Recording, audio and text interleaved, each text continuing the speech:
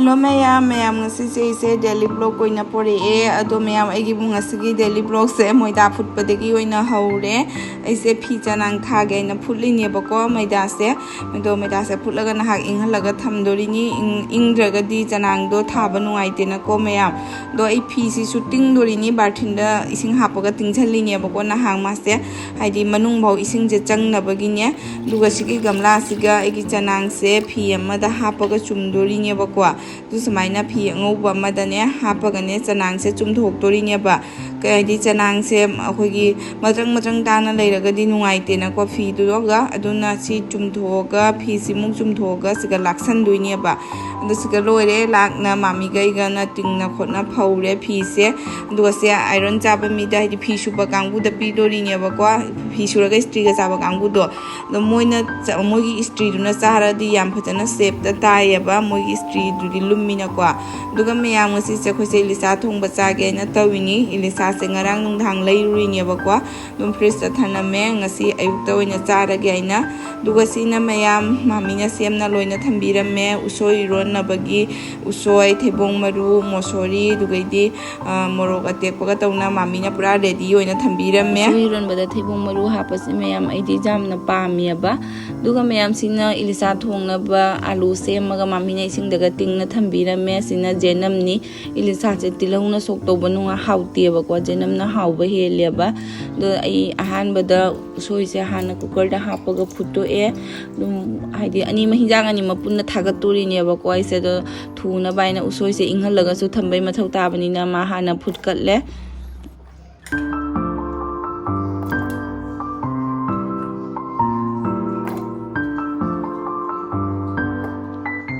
Asina mayam otongaga dedi moroka mosori gani basi sima matongan hapsal haidi punna hapte basi siga si aidi keno soi siga pundare ba ko si tongana tengwata chowam da hape singjang da na baina ne duga somna na khang thangale ni sanga una bagi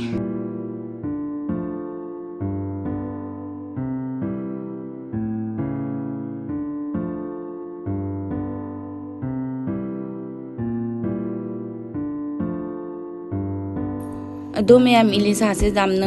Rose out there, Bako, Elisha, Jamna Moon Nangoraga How Deba, Sina Lingango with how to look over how happy, the Denum happy, Meti Pastor, Umbo Jay, Deva Denum Dani Jay, the same Metika Hapaga Jay, the Elisaki Mahouse Mangeva, the game half days, just Jenum Manata Natauraga Jay in Yaba. Duga si smaina house jaira gai alu se ne khara khara mulak patan da bhau ngodori ne ba ko mai zero frame da thamaga khundal laga ne khara alu se khara mulle ganda masla hap to ni duga I ngasai usoi phut ki blo siga lai re mayam isinga mau chang dana yam phajara me gi se otonga ngan ba se Say a putoga, Pukamam de Inghalaga Tamani, Ingredi Sumbangam dena, Usogi Mahisa Patana Sundok to Inaqua, Ingredi Sumbangam deba, Aduna Pukamam da Patana Sandoga, Inghan Duninaha, Ingagadi Sumba the Nungayaba. Again, at home was this Alusaka Kramule, about the Karina number the Sangiaba, Simatang, the one name Masla, half doing yaba, among the Masla half de me couldn't get Kutung with it on Alimeam. The Masla says a hapaga Maslasimum Munaba Nahango during Yabako, isn't Kitang hapagane, I did Maslasimum Mulandurini Muslamun Dragadi Mohautena. Masla se hapaga mayam ising kara hejale ising je hejelaga sigane nga makok maru se hapchalaga ne mai se zero frame da thamaga muslagi mahi se kanghan bau thamduine ba kwa mahi se kangaga kona mahi haptuine ba haidi hinjang mahi haptre ba huje masla se phutline ba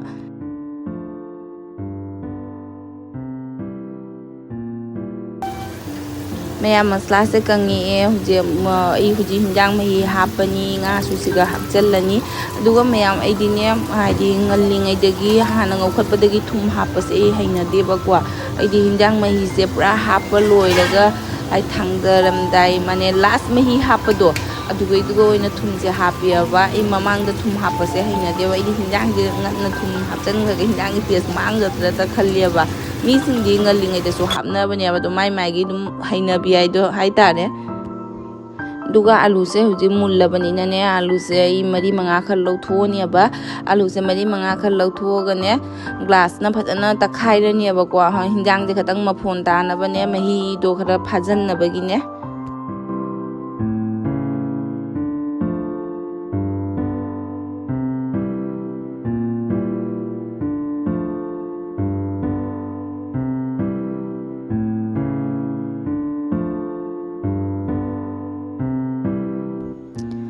Sina mayam irondoni inga sagi thebong maru ga usoi ga phutpado ingdhara ga usoi se phajana chumdoye ba usoi se ta tongana duga morok ga otonga ga thunga se hana phajana mix tawrinya ba ko hana ahum je phajana mix tawdradi haute na ko iron ba se aduna ahum je hana phajana ta khaire du loraga kona atai si mu hapaga iron haidi atai si mu thebong maru si su ta khai dunya ba ko do ahan ba da morok ga thunga se hana ta khairinya ba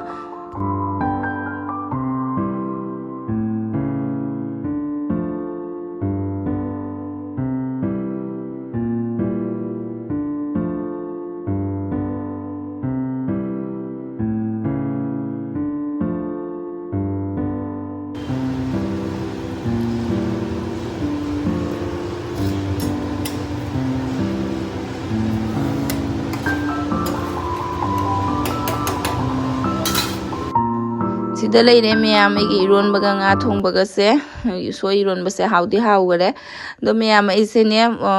wa ka nga ga smaina camera mamang siga wa nga katna fan ga dugai gi tv da ne moi music thana leire me ba ko adu ne voice cover oina tawre e dia se aina mukbang tawna camera mamang da ka tawba siga masu ja da na imanak tai ga punna chara ne aina lae do ma ga hinjang se punjal le ya ba do ma totpi ri ni se ma gi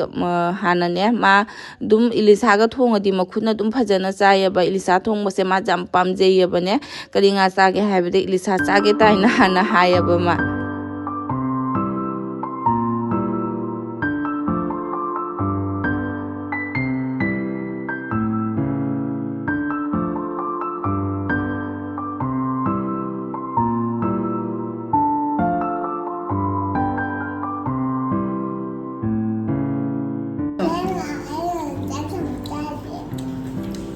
bữa đi xa sẽ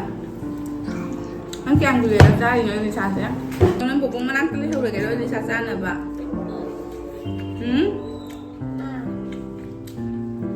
mà bà cho tôi cái bụng mà cái thôi rồi đó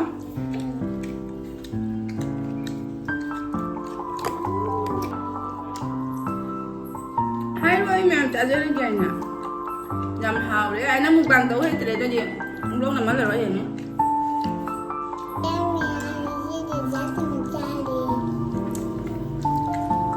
Jadi kami awak ini ni.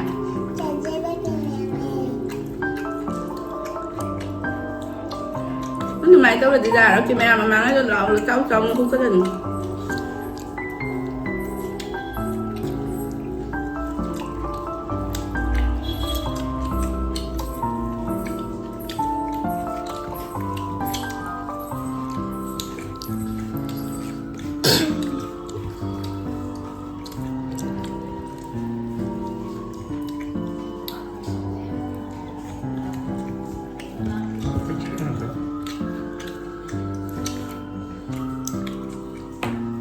Một ta hào bro. Một ta hào bro.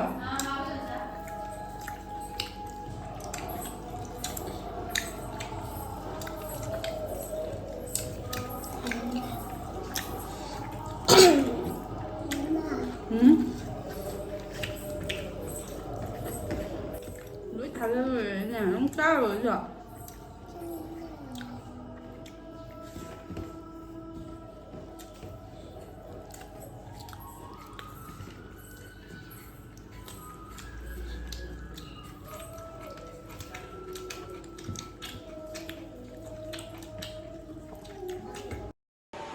Do me ya mai cha ba gi video se loina di hapcha dere loina hapcha ra di blog se sanguna loira ni ba ko me aduna cha ba video se loina hapcha dere do di camera se on oina lei ba si ga ne dia si su ta ga par ta ga ta to na lei re ba ko chari chak si ga ma kok se chang dere ba ma duna cha ba se loi hapcha dere me ya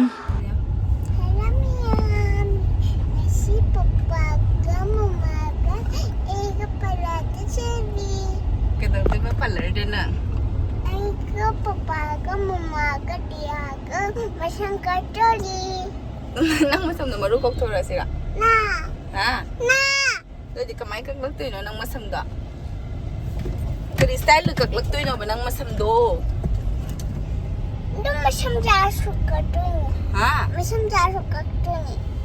Kari style kakyahay no ba nang masam do? Kistanda. Namu papa ni nyada pubi bada tes punya aida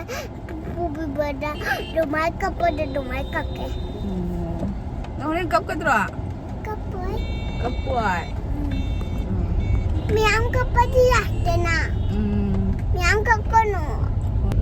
Hello mayam ako sa tsaraga na nung tinse na hagpotharaga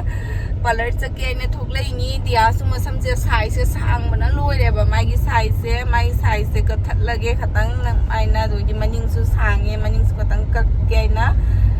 ai masam ga se kak da ba to gi di masam trading dau da ba su ka kui re bai trading se ka kui re dau da ba aduna save ka ma bau lai tre aduna si se parlor na tang chalu ga na tawini Papa suki.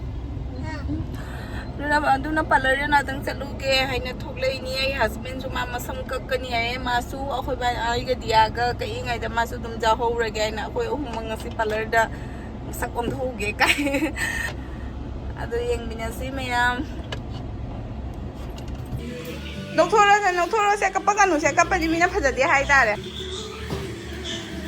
kapti kapag Ako'y ninahan mo mga ano na masang pagpala niya. May pagkanin niya. Koko Nuai bro pamida Ha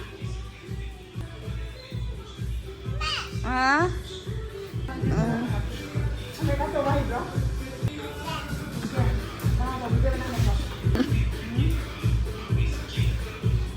Why don't you mean I could attack a look to get my mission before? Dám tia là sự phải giờ tia. Mà nghe châu bị nó có u nói sáng nó đùng đấy thằng ngoài rồi cũng chân luôn.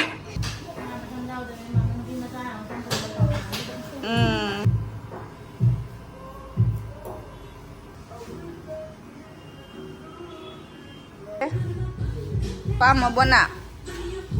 Ha?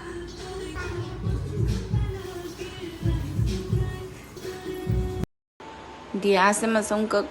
na loi re jam harau hore Diya se kap tere ma masam je kak pada to me am ai trading hana tau tho ga ne trading tau da basu kui ran trading han tau tho ga ne che mira ngai ri ni som da nai husband ma gi hana kai aba masam ne ado ma gi se kak lo ga i mu kak toi ne ba doi bai se som da masam kai ngai se dai trading hana tau tho ho ra ga ne su trading tau ba gi pham mi ni aba to sina me am Diya na kapam mini video se ina masam kai ngai da no mobile lo re do gi mangon dagi mana maning dega kap na lai da mi video sam si sune ken bana dum jaw salak tare mamang da sai tha da ningai sam ga jaw salak tare ahanoi salak na tawira khangde aduga mayam Diya se jum da thanam me ba ko khoi jum ta na chaluraga doi gi ai husband ga walking na hak chasi walking chat ta ba kui re na ne thoklai ni akhobani se do weather su yam na phaja gare ngasi se haidi ai baro da budi nung churame ba ko mayam do sanda jawraga di nung din da gi di nung che chu dare ba ko do soraren gi magi nongja bi thoklak bagi machu akoi sanda oirak bagi machu se asiga ne aduga gi boraki sing siga ne pullaga ne jeng badane haidi wakhal ke inging lawe ba mayam hai kai hai du no khangde jam nungai jeng ba yam nungsit su phadana ri sit laga ne